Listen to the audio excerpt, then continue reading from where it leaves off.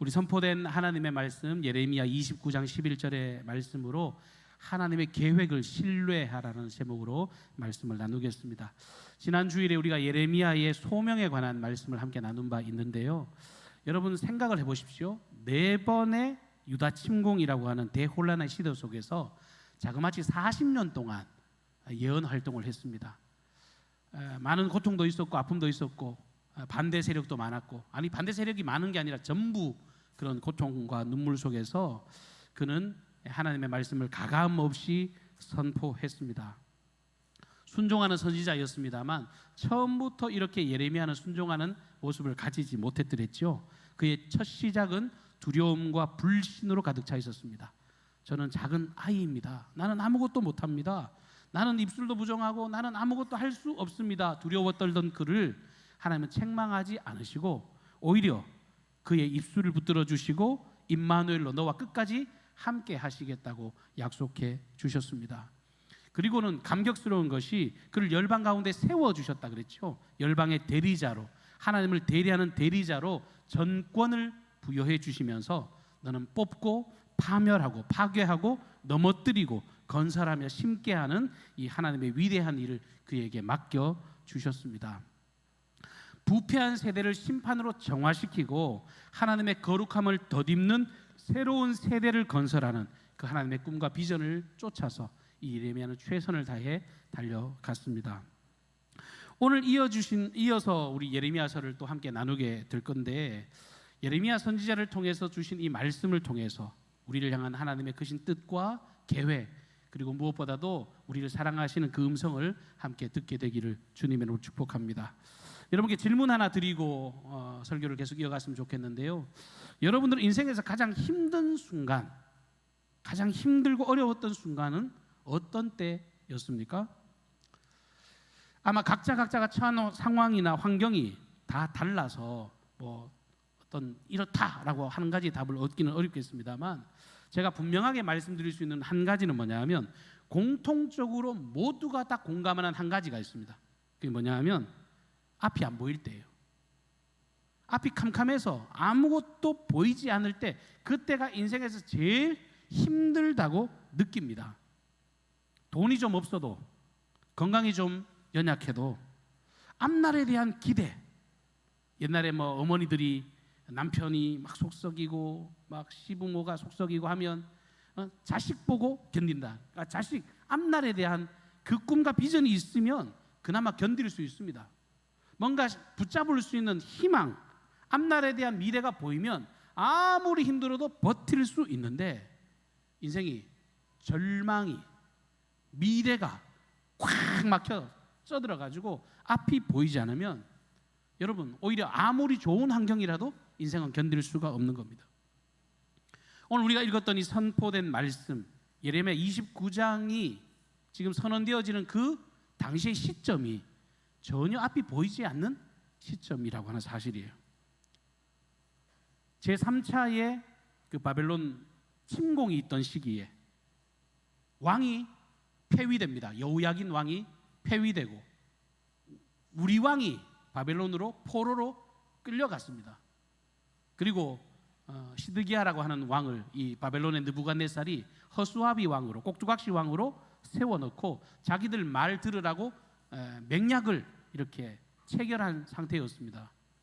근데 이 시드기야가 우둔하게도 선지자도 바벨론에 복종하라라고 하는 메시지를 던졌고, 그리고 약속이 있었음에도 불구하고 살겠다고 이 애굽을 기웃거리고 손을 붙잡고 주변 나라들과 연합을 모색하다가 소위 반바벨론 동맹을 결성하다가 바벨론에 완전히 찍혀버린 거예요. 이제는 돌이킬 수 없을 그런 침공을 받게 되었습니다. 바벨론의 침공으로 나라가 빼앗길 절체절명의 위기, 풍전등화와 같은 상태에 있었습니다. 실제로 일부는 바벨론의 포로로 끌려갔습니다. 게다가 택한 선민으로서 이스라엘 민족의 최후의 보루, 마지막 남은 자존심이 뭡니까? 하나님의 성전인데 그 성전이 외세에 의해서 완전히 짓밟혀 다 무너졌습니다. 포로로 끌려갔던 사람들의 입장에서는 내 부모의 묘소가 있는 그 땅에 다시금 돌아올 수 없다라고 하는 그런 절체절명의 아픔, 하루아침에 모든 것을 다 잃어버린 그런 시대를 살아가고 있습니다. 특별히 유대인들의 입장에서는요, 자신들이 처한 환경이 더 이해가 되지 않을 거예요. 왜 그러냐 하면 유대인 민족은 어떤 민족인가? 하나님이 택한 백성. 여러분, 그런 자부심이 있어요. 뭐 게르만 민족이 자기에 대한 우월성이 있는 것 그 비교가 안 될 만큼 유대인들은요 훨씬 더 강력한 자부심이 있어요. 우리는 천지를 창조하신 여호와 하나님이 선택하신 백성이다. 우리는 그 하나님의 신실한 언약이 함께 있는, 우리는 제사장의 나라라고 하는 그런 자부심을 가진 민족인데 그런 나라가 지금 멸망을 당하고 있습니다. 이 사실은 현실적으로도 받아들이기 어려운 충격적인 사실이지만 언약적인 측면에서도요 도무지 이해하기가 어렵고 납득이 안 되는 그런 상황이라고 하는 것입니다. 특별한 민족인데, 선민인데, 하나님의 사랑을 받은 민족인데 어떻게 이렇게 멸망을 당하고 포로로 끌려간단 말인가? 하나님이 우리를 버리신 건가? 우리는 저주받은 것, 우리는 하나님께 완전히 버림받았다, 이렇게 탄식하고 있는 상황이었는데 오늘 말씀이 어때요? 이토록 처참한 절망의 상황 가운데 하나님께서 편지 한 장을, 손편지 한 장을 보내시는 거예요.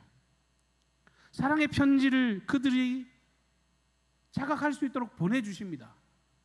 너희를 향한 나의 생각을 내가 아나니 재앙이 아니라 평안이다. 내가 너희에게 미래와 희망을 주려고 해 라고 이렇게 편지를 보내시는 거예요. 여러분, 짧은 한 구절입니다만 지금 하나님이 주신 이 말씀은 당시 예루살렘의 파멸을 겪고 있던 이 유대인들에게만 주신 말씀이 아니라 오늘 예배하는 저와 여러분에게도 동일하게 들려지는 음성이 되시기를 주님 이름으로 축복합니다. 우리 인생도 마찬가지죠. 뭐 우리는 불특정 다수가 모여 있으니까요, 다 다른 삶을 걸어갑니다. 각자가 경험하고 누리는 삶의 모양이 다 다릅니다. 그런데요, 만일 내 인생에 바벨론과 같은 그런 극한의 어려움의 현실이 있다면 반대에 뭐가 있어요? 여전히 우리에게 소망을 말씀하시는 그 하나님도 함께 계시다는 사실을 잊지 마세요. 당시 이스라엘 백성들이 가졌던 생각은요, 모든 부정적으로 가득 차 있었습니다. 그게 어떤 특정인들, 일부의 사람들의 부정적인 소리가 아니었고 모두가 다 눈앞에 펼쳐진 환경 앞에서 모두가 다 동일한 말과 생각을 뱉어냈습니다. 우리는 끝났어. 우리에게는 아무 소망이 없어. 우리는 버림받았다. 우리는 끝이다. 근데 하나님이 뭐라고 말씀하세요? 아니라. 그건 네 생각이고 아니라고. 너희를 향한 내 생각은 내가 아는데 내 계획은 아주 특별한 계획이 있다라고 말씀하고 계십니다. 이 하나님의 말씀 앞에서 우리는 명확하게 한계를 가진 인생과 그 위에 역사하시는 하나님의 전능하심을 대비해서 만나볼 수가 있습니다. 죄인된 인생, 한계를 가진 인생, 유한한 인생은 늘 자신들이 직접 경험하고 보고 듣고 만지는 것에 그 현실에 집중하고 거기에 인식되는 것들에 의해서 반응합니다. 당장에 내 지갑에 잔고가 얼마가 있는가, 내 건강검진이 어떻게 드러났는가, 내 앞에 펼쳐진 문제, 그런 것에 계속 집중하다가 보면 금방 지쳐버리고 이내 절망하고 낙심하는 것, 그게 인생이 할 수 있는 유일한 삶의 방향이라고 하는 겁니다. 그런데 우리 하나님은 완전히 다른 것을 말하고 다른 것을 보고 계십니다. 우리 인생들은 어제와 오늘이라고 하는 그런 시간에 갇혀서 살아가지만 우리 하나님은 내일 영원을 말씀하는 하나님이시죠. 우린 지금 내가 경험하고 있는 아픔을 바라보고 살아가지만 하나님은 그 아픔을 통해서 그 다음 스텝을 말씀하시는 분이라는 거예요. 지금 있는 문제를 넘어서 그 다음에 이루어질 미래를 말씀하시는 분, 그것을 바라보고 우리와 함께 동행하시는 분, 그게 우리가 믿는 하나님이십니다. 말씀 앞에서 거머니 한번 묵상해 보십시오. 지금 내가 이해할 수 없는 문제를 경험하고 있다. 가정 때문에, 자녀 때문에, 관계 때문에, 직장의 문제 때문에, 물질 때문에, 건강 때문에, 이런저런 내 삶이 여러 가지 풀리지 않아서 왜 하나님 나한테만 이렇게 맨날 부정적인 일만 생깁니까? 나는 뭘 잘못해서 이런 어려움을 당해야 됩니까? 그렇게 낙심하고 있다면 내 생각과 다른 하나님의 음성을 한번 들어보시길 바랍니다. 이사야 55장 8절과 9절에 하나님은 이렇게 말씀하십니다. 이는 내 생각이 너희의 생각과 다르며 내 길은 너희의 길과 다름이니라. 여호와의 말씀이니라. 이는 하늘이 땅보다 높음같이 내 길은 너희의 길보다 높으며 내 생각은 너희의 생각보다 높음이니라. 할렐루야. 우리 생각이랑 하나님 생각이랑 달라. 우리는 미련하고 약한 인생이기에 늘 안 된다고 하지만 하나님은 된다라고 격려해 주십니다. 우리는 망했다, 실패라고 말하지만 하나님은 아니야, 지금이 끝이 아니야, 이건 지나가는 과정일 뿐이다 라고 말씀해 주십니다. 어떤 화가가 그림 작업을 하는데 늘 그림 한쪽 구석에다가 시커멓게 칠을 하는 모습을 보고 어떤 그림을 그려도 그렇게 그리니까 사람들이 신기해가지고 그 화가에게 질문을 하는 겁니다. 당신은 왜 이렇게 그림을 그리는데 왜 이렇게 한쪽을 어둡게 이렇게 만듭니까? 근데 그 작가가 이렇게 말을 했다고 합니다. 어두운 곳이 있어야 내 그림이 더 환하게 빛나니까요. 하나님이 우리에게 그렇게 말씀하시는 거죠. 우리 인생도 마찬가지입니다. 맨날 형통하고 찬란하고 아름다운 미래로 그려가면 우리의 가치가 조금 더 드러나지 않으니까 하나님의 큰 그림 속에서 우리를 더 보석같이 빛나게 하시려고, 하나님의 시간표, 하나님의 역사 안에서 우리를 정말 위대하게 보이게 하시고 빛나게 하시려고 이렇게 우리를 사용하신다라고 하는 사실. 우리 하나님의 계획은 재앙이 아니래요. 평안이라고 말씀합니다. 너희를 향한 나의 생각은 내가 하는데 재앙이 아니라 평안이다. 이것은 우리가 매주일 선포하는 것처럼요, 이는 살아계신 하나님의 말씀입니다. 살아계신 하나님께서 너희를 향한 계획이 있는데 그건 재앙이 아니라 평안이다. 여기서 말하고 있는 평안이라고 하는 것, 그건 단순히 걱정, 근심이 없는 상태, 그것을 이야기하는 것이 아닙니다.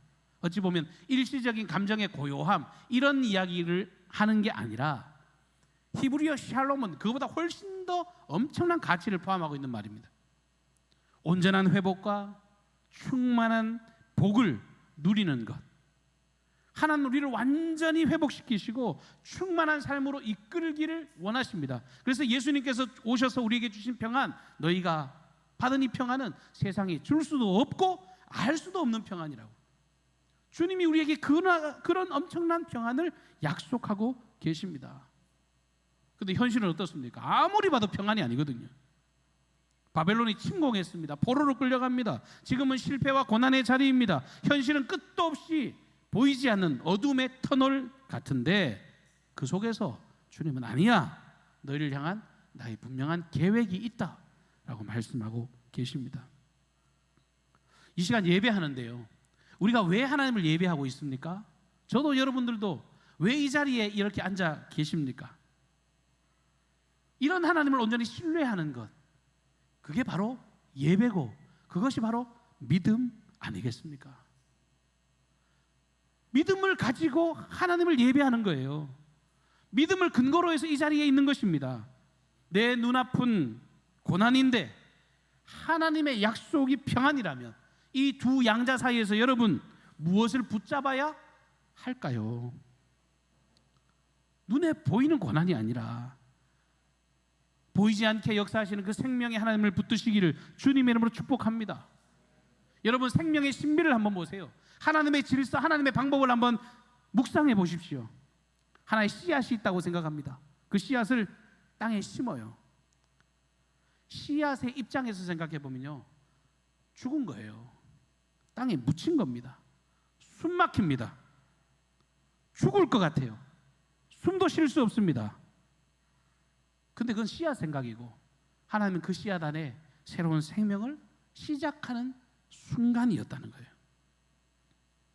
우리가 경험하는 삶의 여러 가지 이야기들, 삶의 여러 가지 정황들, 우리가 경험하고 있는 일체의 고난들 다 마찬가지죠. 무너져 있는 것 같습니다. 그런데 하나님은 새로운 생명을 시작하시겠다고 말씀하고 계세요. 내가 너희를 향한 계획이 있다. 재앙이 아니다. 평안이다. 그리고 더 나아가서, 여기서 끝나는 것도 아니에요. 더 나아가서 내가 너희들에게 새로운 장래와 희망을 주려 하는 것, 그게 내가 아는 내 생각이다. 저는 이 말씀 원래 좋아하는데, 너희를 향한 생각을 내가 안다라고 할 때 그 내가라고 하는 건요, 엄청난 보증 아닙니까?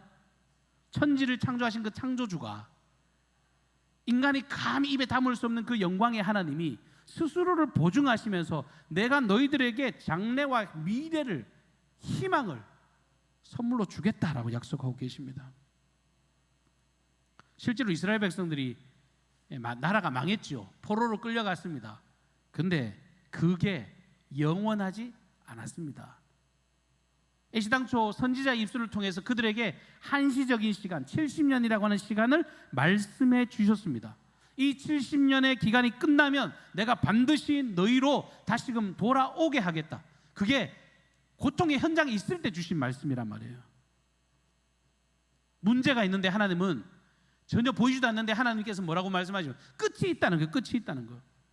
절망과 아픔과 고통이 너희들에게 결코 영원하지 않고 반드시 마침표 찍히는 날이 있다. 그러면 왜 이렇게 어차피 평안과 희망을 주겠다는 하나님께서 지금 이런 고통과 아픔을 주고 계십니까? 하나님이 뭐 어쩔 때는 뭘 줬다가 또 고통을 줬다가 왔다 갔다 하는 하나님이라 그렇습니까? 그게 아니죠. 우리가 성경을 통해서 말씀하는 하나님의 뜻이 뭡니까? 이스라엘에 있는 그 죄악을 뽑아내는 작업을 위해서 이런 일들을 하고 계신 겁니다.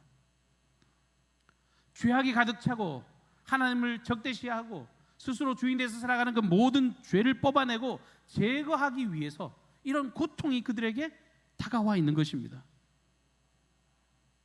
죄라고 하는 것은 필연적으로 저주와 파멸을 초래해 갑니다. 내 자녀들이, 내 사랑하는 내 백성들이 영원한 파멸과 저주에 이르기 전에 우리 하나님은 징계를 통해서, 매를 들어서라도, 채찍을 통해서라도 그들의 죄를 제거하는 수술을 강행하고 계신 겁니다. 그래서 개인과 공동체의 죄를 철저하게 파괴하고 완전히 제거함으로써 궁극적으로 주님이 주시는 평안과 아름다운 미래를 맞이할 수 있도록 사랑의 자리로 이끌고 오고 계신 겁니다. 이스라엘 백성에겐 그것이 70년 바벨론 포로의 세월이겠죠. 우리에게도 동일한 이런 과정들이 있습니다. 여러분, 암세포가 몸에 쫙 퍼져 있는데 그것을 막기 위해서 의사가 수술을 합니다. 메스를 들고 몸을 절개하고 그것을 제거합니다. 수술 과정이 얼마나 고통스럽습니까? 얼마나 힘이 들고 어렵습니까? 수술하면 끝나요? 그것이 아물기까지 몸을 제대로 가눌 수 없을 만큼 고통스럽고 힘이 들고 어렵습니다. 그런데 그렇다고 해도요, 이런 어렵고 아픈 과정을 거친다고 해도 환자 입장에서 의사를 향해서 할 말이 있습니까?